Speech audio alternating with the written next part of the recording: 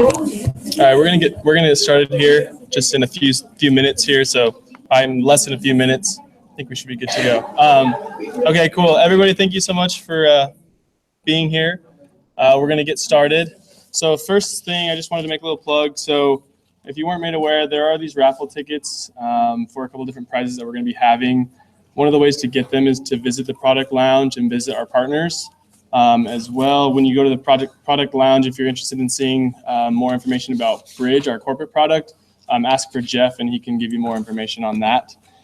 So for our session number 4 today, we have a really great speaker in Lisa Rogers, and I'm going to tell you a little bit about her, and then we'll turn the time over to her. So Lisa's been in education for 19 years, 13 years in the classroom, and 6 years in administration. She's the educational technology specialist for all 14 schools in Forney ISD. They've had Canvas for the last 2.5 years, and she's been involved in every aspect from deciding on purchases to training and support. The support is provided to teachers, staff, student, and parents via face-to-face and online professional development for all the district technology initiatives. So everybody give a hand for Lisa. All right, this is the tiny URL to the course that will be I've kind of given you some examples of how things work inside of our Canvas. Let me get my notes back up. So if you would like to go to tinyurl.com/SMU Paperless, it's also, if you don't want to do it while we talk, I have some business cards to get you there. I am EdTech Lisa. If you want to follow me on Twitter. And there, again, that's my email address. I have some business cards on the way out if you need some. So I'm first going to talk a little bit about where Forney is and what we are. We have 700 teachers and about 10,000 students in 14 schools. For a long time, it was just me. We now have some staff. There's 3 of us. We have 8,000 Chromebooks. So K through 3, we are 1 to 4. And 4 to 12, we are 1 to 1. And they take them home, including the summer. So they take them, they keep them for 3 years, and then they roll. So our seniors will pass down to the 4th graders. They keep that same device for 3 years, and then they get a new device. We have 2 to 3 extra laptops in most classrooms, not all classrooms, and we don't have any open computer labs. So they have their device, they bring it every day, and they use it every day. Canvas-wise, this is like our second. We had some pilots about 3 years ago. We are all in. I mean, we do everything in Canvas. It is our campus web pages. It's our curriculum pages. It's our CLC pages. It's the department pages. It's our professional development. It's staff communication. It's parent communication, team, club. And that's just in addition to all the classroom pages. It is everything. It is our one-stop shop for everything. We have a web page that's built for Forney ISD that takes you to Canvas pages. So that is all, and we use that. It's Wix that built our front page, and that's it. So we use it for everything. We are 3rd year with Google. We ripped the Band-Aid on that one too. We are all in on Google. They have nothing else but Google. Or they could share, teachers have a Chromebook and they have a desktop computer. So those are 2 things they have. So everybody has a Chromebook. In Forney, our paper budget is, it's 1/3 of every campus budget.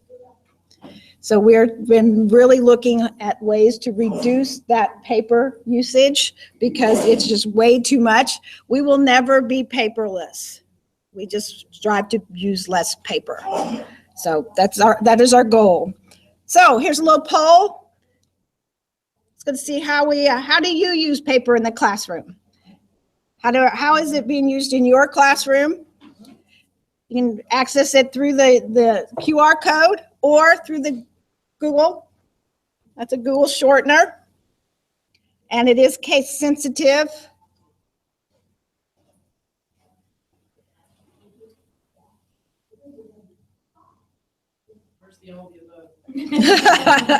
Which one is the most used? We're going to look at all 5 of those, but which one of those uses the most paper? And I did have the dreaded worksheet word on there. We can pretty up that word and call it all kinds of things, but it is what it is.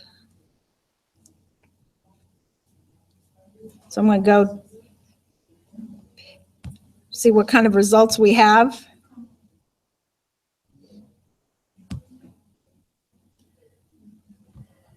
We'll just pick one. We can see our kind of where our usage lies. Handouts and worksheets.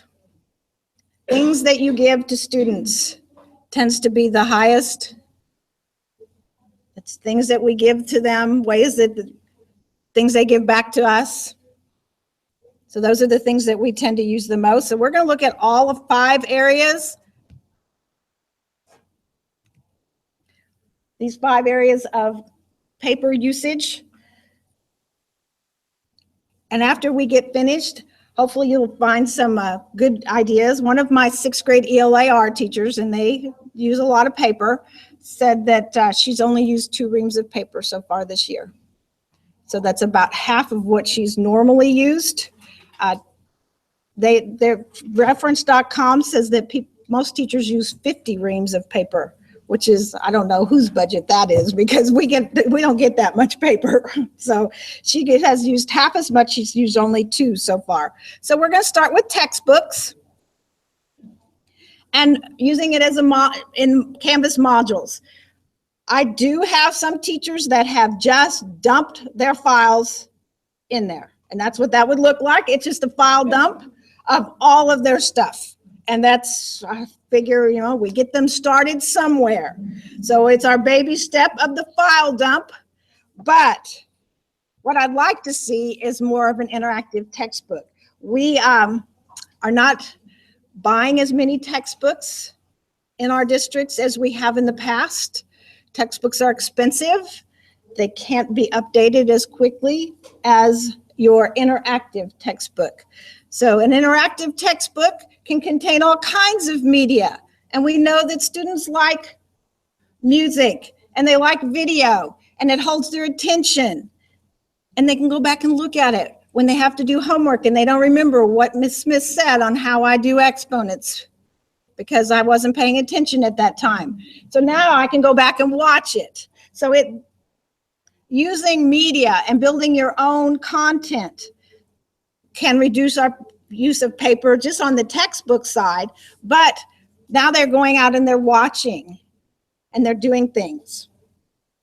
So that's a textbook, using it as an interactive textbook. You also can, if you have LTI integration with CK12 and all kinds of other places that the content is embedded right in there, you don't need a textbook. So now they're carrying, in our case, they all have laptops. They don't need to carry a laptop and a textbook and all that other stuff they carry in those backpacks. So now we're going to look at the handouts, worksheets, that dreaded word. Hopefully by combining the power of Canvas and Google, you'll see how much paper usage you can reduce the amount of paper. Very simple. If you want to go into the Canvas course, I do have screenshots. Otherwise, I have them here too. Very simple copy of your notes.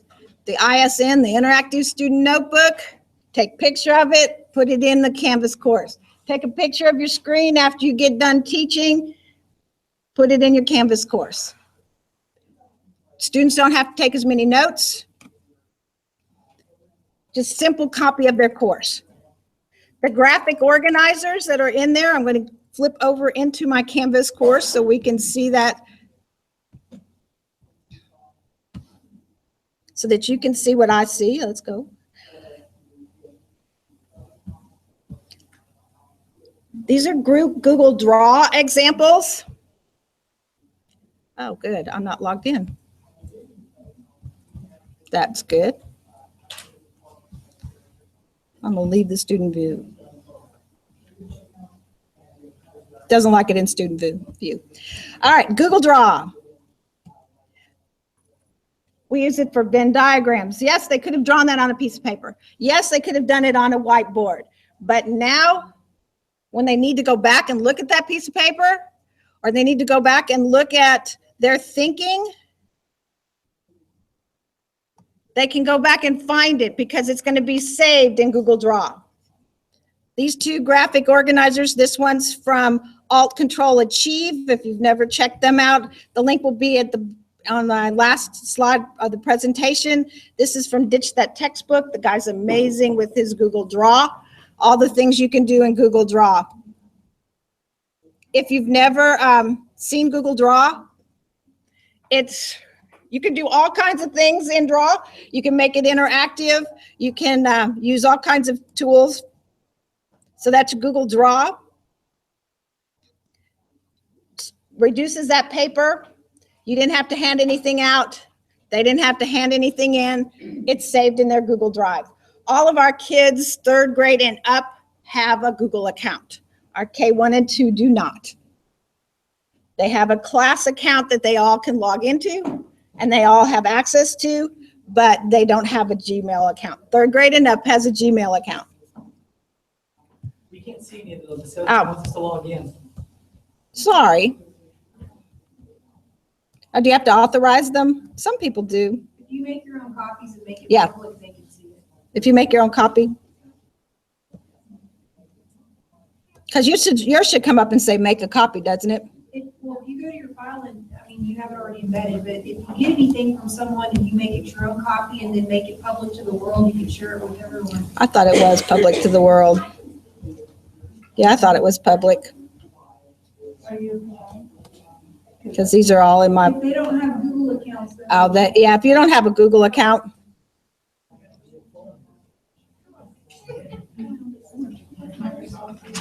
Yeah, some of you.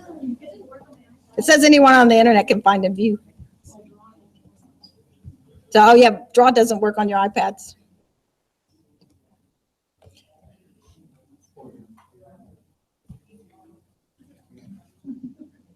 Okay, so the next one's a little tricky with the Google collaboration, but you can collaborate with Google. In this case, we're going to tell a story. Everybody would have their own row.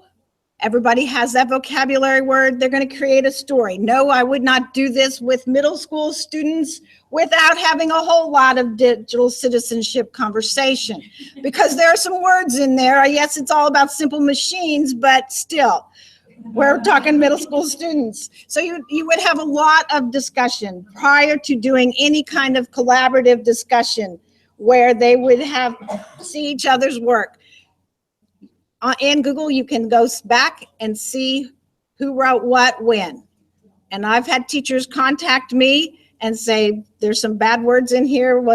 Where did it come from? And you have to go into the history and you can find it. But have a lot of conversation before you do this. But you can tell Google collaboration, just a simple vocabulary words. It can be done any subject, any grade level. They write one sentence and then you make a story.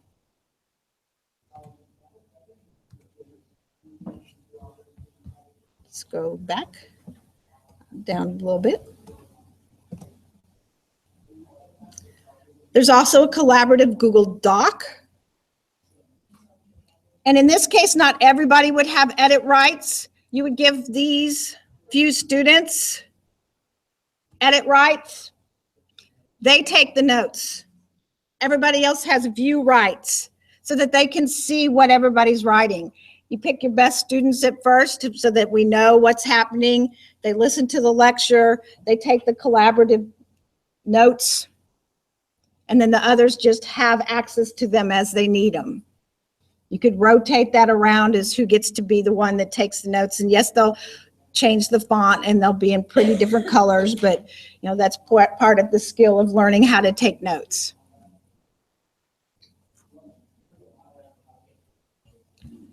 So now we're heading back over here to my presentation.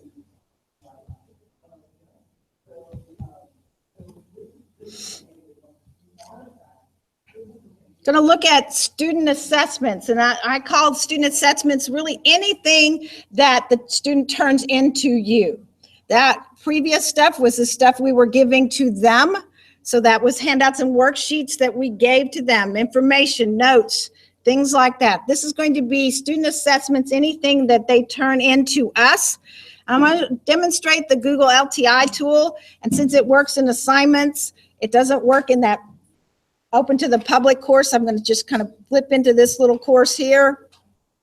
You don't have access to these, but they're this, because you have to make them in an assignment. A lot of my teachers do this. They just dump the file in there. Click here for the questions. And then they open their own Google Doc and they answer and turn it in. To me, that's not the best way, but at least we've got Canvas usage and we're in there. We have some, so they're reading that in here. We are one-to-one, so these kids have their Chromebooks with them at all times. And so then there's the question and answers. So they go in and answer it. Could he have done this a different way? Yes, he could have. Did he ask me? No, he didn't. There are lots of other ways besides just dumping that PDF in there, but at least it gets them in there and working and doing something.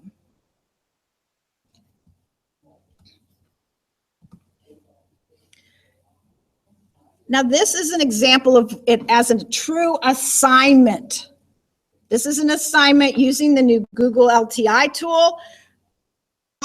Again, but in this case, they have to move those boxes around in the way your blood flows through your body. They've got to add some little pieces, some connectors, and they got to change the block boxes. The best thing about the Google integration tool is right above it. When you're logged in as a student, there's a submit button right here. They don't have to go look for their document. They don't have to remember what they named their document, because when they open it, it says copy of circulation diagram. It creates a folder in their Google Drive with our instance name, our Canvas instance name. Under it is a folder called the class, the course that you're in, and under that it says Google Docs, and in that folder there is the assignment, and then in that folder is the true assignment. So it hyper organizes it for you, but I think it reduces our cheating, because now I can't do this assignment and send it to you and you turn it in, because this one is now attached to my Google Drive all the way down. Because we have, our kids are smart. Our kids are really smart. They build browsers to go around our GoGuardian. They've got running their own browsers back there. Sir. Is there a way to set these up initially so that when the student does it, it's automatically shared with us? This one, they're going to hit submit and turn it into you. They hit So we're talking about as far as preventing cheating. If it's automatically shared with us to begin with, then we know that's. One of the things I teach them is that the first thing you should do with your students is make a folder, name that folder your course, have them share that folder with you. Everything that they turn in goes in that folder. But this, you don't really need to if you use the Google LTI integration tool, because everything is already in a folder, and you just hit that button and it submits it. So it's submitting, but where is it submitting to? Into Canvas. Into Canvas. And you use your speed grader, and it looks just like this, except hopefully it has all the connector boxes and it has all of those pieces there, and I can grade with my Crocodoc. And there it goes. How do you spell that? It's what part comes up. When you turn in something in Canvas, it comes into your speed grader. It's called Crocodoc. Yeah, it's just like it sounds. Ma'am. In earlier sessions, some people were, I guess they were kind of perhaps complaining, or if they had to pick up something they wish was better, is that what you're describing right now? The LTI? Turning in and the passing back and the grading. From your experience, you sound like you're okay with it. We haven't had any problems. In fact, the teachers love that they are able to grade it right here, put a grade on it, and we use grade pass back. It goes straight into their true grade book, and they're really happy with it. The only issues we've had with the Google LTI integration have not been because of Canvas. It's because we allow the students to download anything they want. So they have any apps, extensions, well, up until this week, they will be able to, and they've stopped they've blocked cookies, and they're building their own browsers, and they're doing all kinds of stuff that's caused us some issues with our LTI integration. But it's not because of anything that Canvas has done. So that's an example of a Google Draw using it as a tool for them to actually turn things in.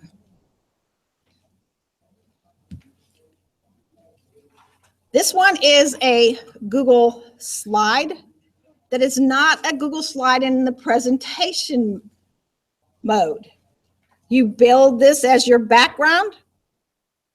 You put your text boxes out to the side, and I just drag those where they belong. When I have them where they're supposed to be, I click submit, and it turns it in. It is not a presentation. It is not a Google slideshow in the way that it's a presentation. It is just an interactive worksheet.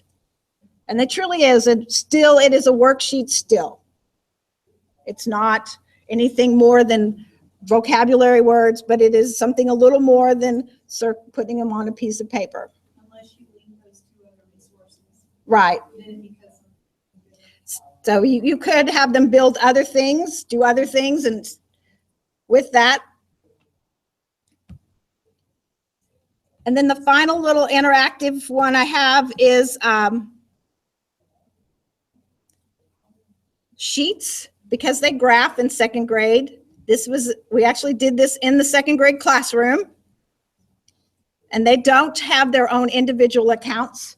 They have a class account. So when they created this, they did it in groups, and the teacher really wasn't grading it for a grade. We're looking that they know how to count the number of smooth rocks. And so they had rocks, and they just clicked in the boxes,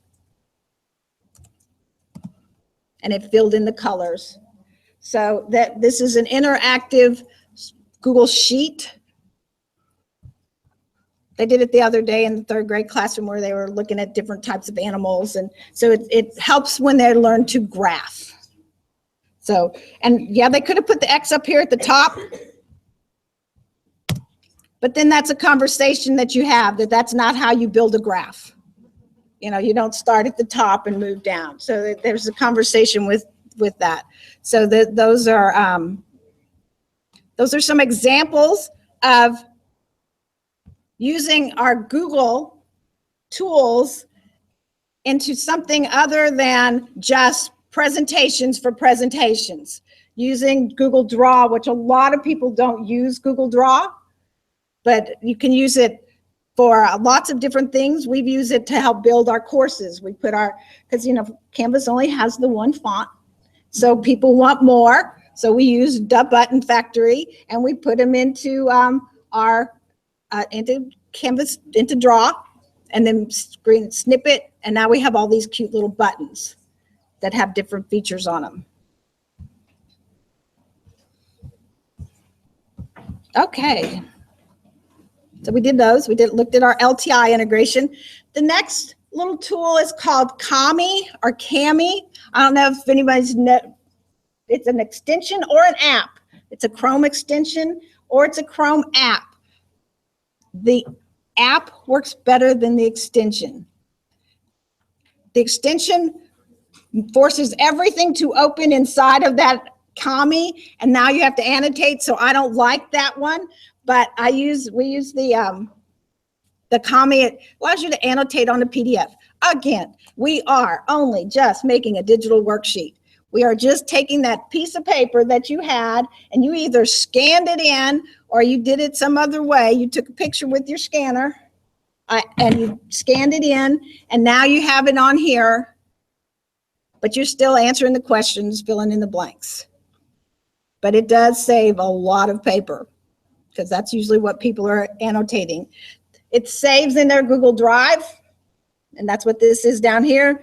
Then they just click that and turn it in through the old-fashioned finding it in your drive and turning it submit assignment button.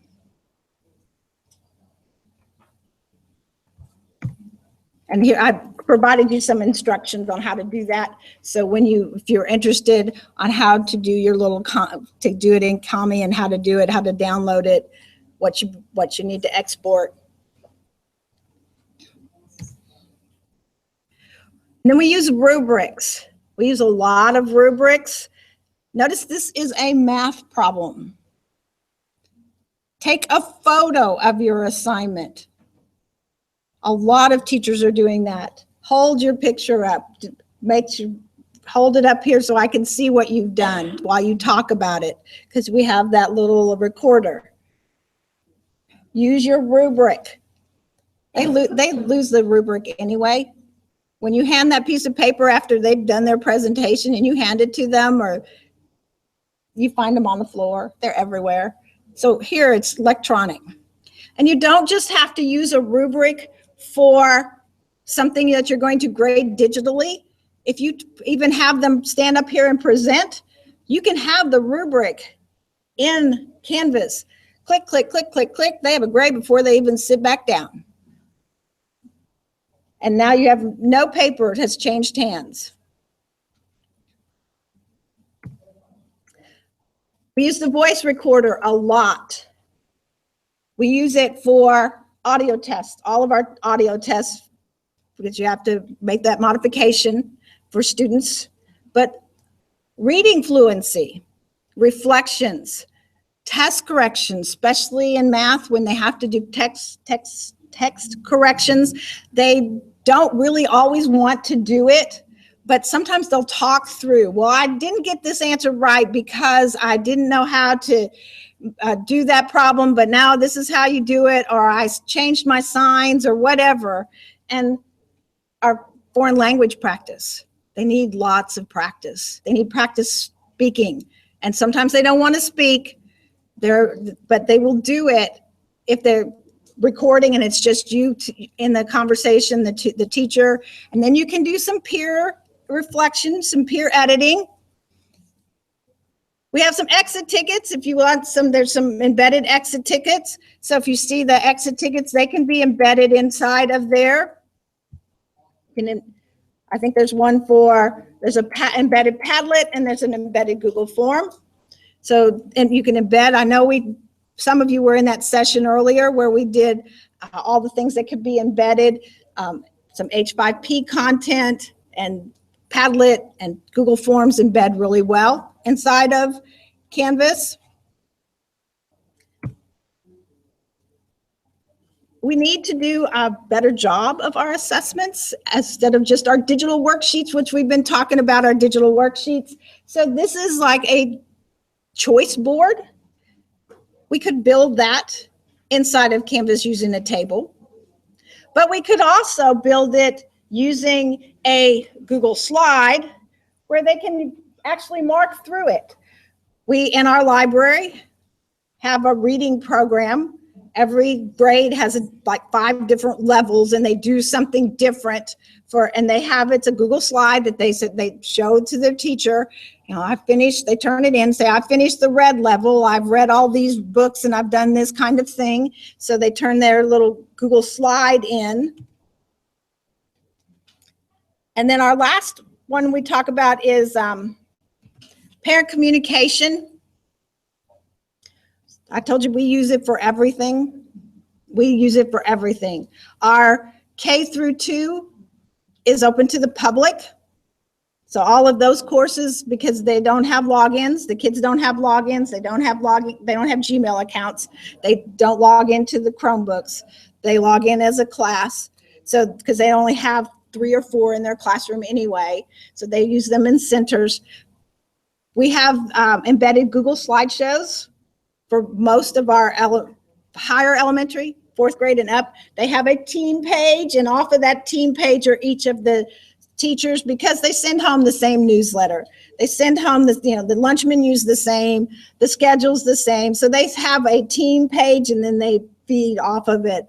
So they have their own, they have embedded Google slideshow which I've embedded one on this presentation in my course there, so you can see what it looks like. So this is our little Canvas adventure. What would school look like if paper didn't exist? How would it be different? How would teachers teach differently? How would school look? Would it look different? Would it be, would students learn differently? If we never had paper, would we be different? I think things would look different, a lot different. Those are those resources, Control-Alt-Achieve. If you teach the little kids, the GAF for littles, she has amazing templates for little kids because her motto is because they can. And I've seen second graders share a document with their teachers, so it's possible. Ditch the Textbook and Allison Keeler, they all have some great templates if you're interested in some how-tos using Google. And then I think that's it. I have some business cards. If you need something, don't hesitate to contact me. Follow me on Twitter, @TechLisa. Thank you.